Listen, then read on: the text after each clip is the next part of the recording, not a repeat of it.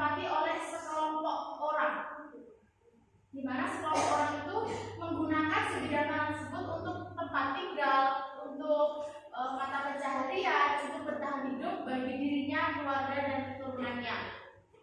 Nah, apa yang harus dilakukan untuk menjaga tempat tersebut agar memiliki potensi untuk dirinya sendiri dan juga untuk masyarakatnya, yaitu menjaga, merawat, dan jangan sampai merusak.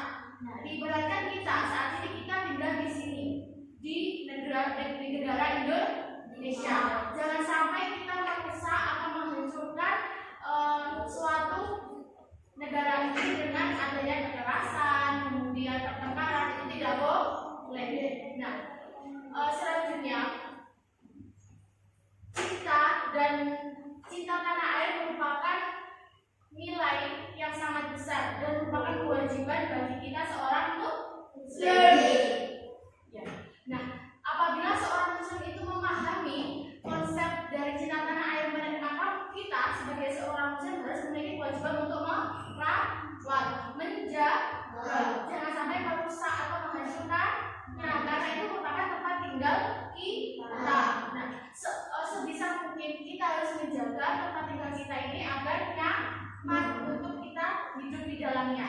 Seperti itu, ya. Nah, selanjutnya, adik-adik yang dirahmati Allah Subhanahu wa taala, Syekh Muhammad Ash-Shaur telah menjelaskan, telah mencontohkan bagaimana Rasulullah SAW beliau memberikan contoh bagaimana mencintai negaranya pada saat Nabi Muhammad SAW hijrah dari Makkah ke Madinah. Kemudian beliau bersabda, sungguh baik, alangkah baiknya engkau negeriku, dan begitu cintanya aku padamu. Apabila seandainya kaumku tidak mengusirku darimu, maka niscaya tidak kutinggal di kota selainmu. Hadis riwayat Tirmizi. Maksud dari hadis tersebut, adik-adik semuanya, di mana alangkah baiknya kota Makkah menurut Nabi Muhammad SAW, di mana kebaikannya itu dirasakan oleh Nabi Muhammad, begitu cintanya Nabi Muhammad kepada kota Makkah. Tetapi pada saat Nabi Muhammad menyiarkan agama Islam, berdakwah agama Islam, penduduk kota Makkah itu menolak. Bukan begitu kan? Sudah mengetahui cerita itu? Dulu pas waktu Nabi Muhammad menyiarkan agama Islam, penduduk Makkah itu menolak dan mengusir Nabi Muhammad. Kemudian Nabi Muhammad itu hijrah dari Makkah ke Madinah. Nah, apabila mereka itu tidak mengusir Nabi Muhammad, niscaya Nabi Muhammad itu tidak ingin tinggal di kota selain kota Makkah karena saking cintanya Nabi Muhammad kepada kota Makkah. Itu diibaratkan kepada kita sebagai generasi muda, penerus bangsa, harus memandang cinta tanah air itu sebagai pandangan yang baik, yang positif. Kita harus menjaga martabatnya, menjaga keutuhannya, merawat, dan jangan sampai merusak atau menghancurkannya, karena itu dilarang dalam agama Islam. Adik-adik yang berbahagia, yang dirahmati Allah Subhanahu wa taala, kita sebagai seorang muslim memiliki kewajiban untuk mencintai tanah air kita dengan apa? Satu, menjalin rasa cinta antar sesama, antar saudara, antar teman, antar umat beragama. Jangan sampai ada pertengkaran, jangan sampai ada permusuhan yang membuat perpecahan. Itu dilarang dalam Islam, karena dalam Islam itu harus menjalin silaturahmi. Dan yang kedua, kita sebagai murid, ya kan? Tugasnya apa sebagai murid? Belajar. Nah, wujud kita dalam mencintai bangsa Indonesia ini, mencintai tanah air kita dengan belajar yang sungguh, mengerjakan tuh dan bertanggung jawab.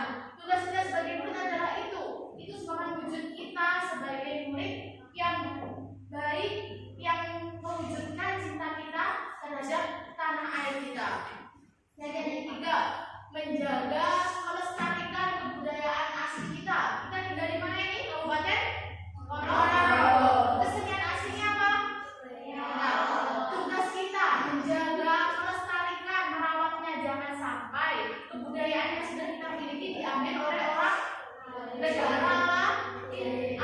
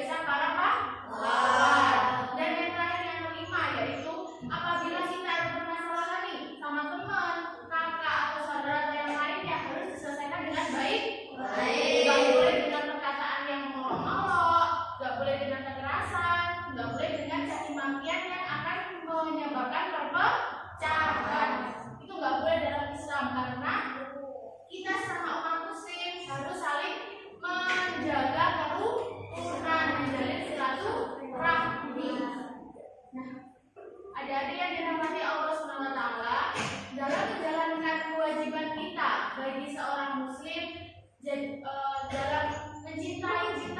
dalam menjaga dan mencintai tanah air kita, landaskan semua keyakinan dan keimanan kita ini atas dasar kepada Allah Subhanahu wa taala.